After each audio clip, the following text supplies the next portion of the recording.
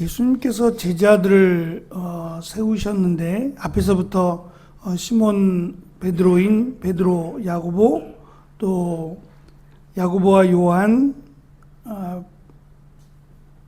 베드로와 안드레, 야고보, 요한, 그리고 레위까지 예수님께서 제자를 삼으신 내용이 있었습니다. 그리고 이어지는 내용이 추가적으로 예수님께서 세우신 제자들, 나머지 제자들을 모두 포함해서 12명이다 라고 하는 내용을 지금 설명하면서 특별히 13절의 말씀을 보면 우리에겐 좀 익숙한 많이 본 듯한 내용인데 라는 느낌을 갖게 하는 이 내용이 있습니다. 일단 산 위에 올라가셨다는 내용과 몇몇 사람을 그곳으로 산으로 부르셨다는 내용, 그리고 부르신 그들이 예수님께로 올라왔다라고 하는 내용입니다. 이 내용은 모세가 산 위에서 이스라엘 백성들을 불렀을 때 내용과 너무 비슷하고, 그곳에서 지도자들을, 이스라엘의 지도자를 세웠을 때의 내용과 매우 비슷합니다. 그럼에도 불구하고 12이라고 하는 11이라고 하는 12지파를 상징하는 이 12명을 사도로 부르셨다라고 하는 것은 굉장히 상징적으로 의미가 있다라고 볼 수 있습니다. 왜냐하면 이스라엘 백성들, 그러니까 예수님이 부르셨을 때, 사도로 부르셨을 때 약 700여 년 전에 이미 아수르의 침공을 받았고 또 500여 년에 바벨론의 침공으로 이스라엘 백성들이 포로로 끌려가면서 이미 500여 년 전에 12지파는 사라졌어요. 이미 12지파라고 하는 명맥은 이미 흔적도 없이 사라져버린 상태였습니다. 그래서 더 이상 12지파라고 하는 그 말은 예수님 당시에는 그냥 유명무실해요. 레위인이라든지 뭐 어느 지파 사람이다라는 거 하는 것은 나름대로 명맥을 유지한다고 할지라도 그 지파가 다 모이는 일은 더 이상 의미가 없습니다. 모이지도 않았을 뿐만 아니라 12지파가 함께 모이거나 그 지파 사람들이 따로 모여 사는 일들은 더 이상 의미가 없게 되었다는 말입니다. 더불어서 말씀드린 희년 제도도 사라져서 더 이상 50년이 지나면 그 땅이 회복되는 일도 없었습니다. 그런 상황에서 이스라엘의 메시아로 오신 예수님이 12이라고 하는 12라고 하는 숫자로 제자들을, 사도들을 임명했다라고 하는 것은 다분히 상징적인 의미가 많습니다. 모세가 했던 것처럼 예수님 역시 산에 올라서 원하는 자들을 불러 12를 세우셨는데 12를 세우신 이유가 이사야 49장 5절과 6절에 보면 이러한 예언의 말씀이 있습니다. 그때에, 마지막 때에 야곱의 지파들을 일으키실 분으로 예수님을, 메시아를 소개합니다. 그래서 메시아가 오시면 야곱의 지파들 12지파를 다시 일으키겠다라고 하는 이 예언의 말씀을 예수님께서 이루신 겁니다. 특별히 사도라고 하는 말은 누구로부터 보내심을 받다라고 하는 뜻입니다. 그래서 연결해 보면 예수님께서 그들을 사도로 삼았다는 것은 그들이 예수님으로부터 보내심을 받은 자라고 하는 의미입니다. 12를 부르시고 그를 사도라고 하셨을 때에 내가 너를 보낸다. 모세에게 했던 말 같잖아요. 모세에게 내가 너를 보낸다 라고 하나님이 말씀하신 것처럼 지금 12를 내가 너를 보낸다 라고 하셨을 때에 과연 12명의 제자들이 무슨 생각을 했을까요?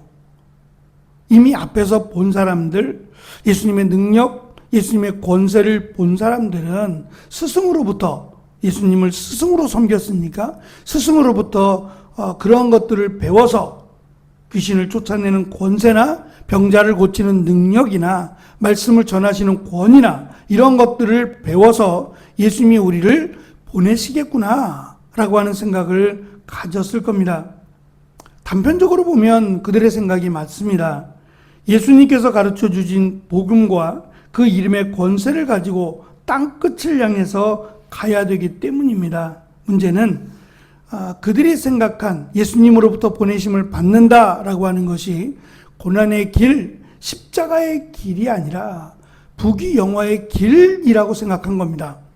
그래서 예수님이 왕이 되시기를 원했고, 예수님이 왕이 되시면 우리도 예수님의 제자로 한 자리를, 또 부귀영화를 차지하리라 라고 생각을 했던 것이 문제입니다.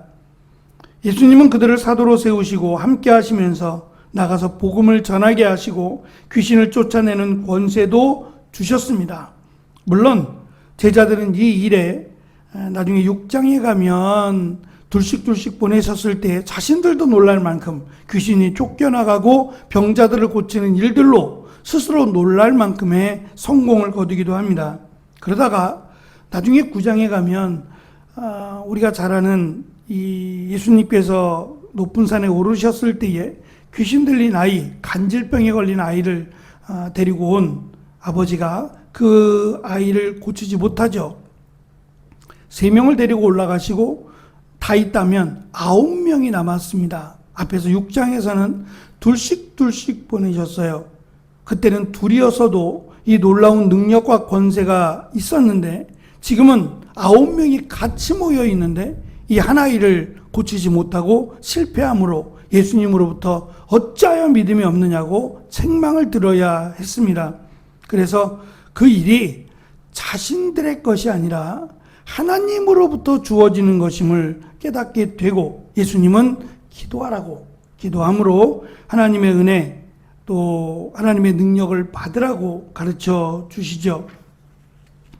12제자 가운데, 12사도 가운데 처음 3명은 시몬, 베드로, 그리고 야고보와 요한인데, 여기에 흥미로운 점은 이 3명 모두에게는 추가적인 이름을 밝히고 있다는 점이에요. 시몬에게는 베드로라는 별명을, 그리고 야고보와 요한에게는 보아너게, 천둥의 아들, 우레의 아들이라고 하는 보아너게라고 하는 별명이 붙여진다는 점입니다.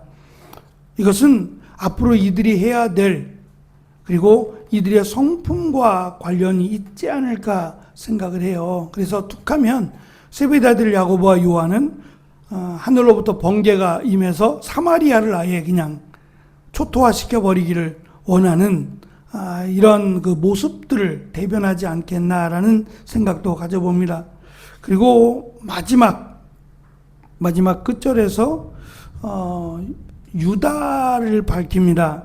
특별히 암살자를 뜻하는 가롯인이라고 하는 출신을 밝힌 것은 그가 예수님을 배반할 사람이라는 것을 암시적으로 지금 설명해 준다라고 볼 수 있어요.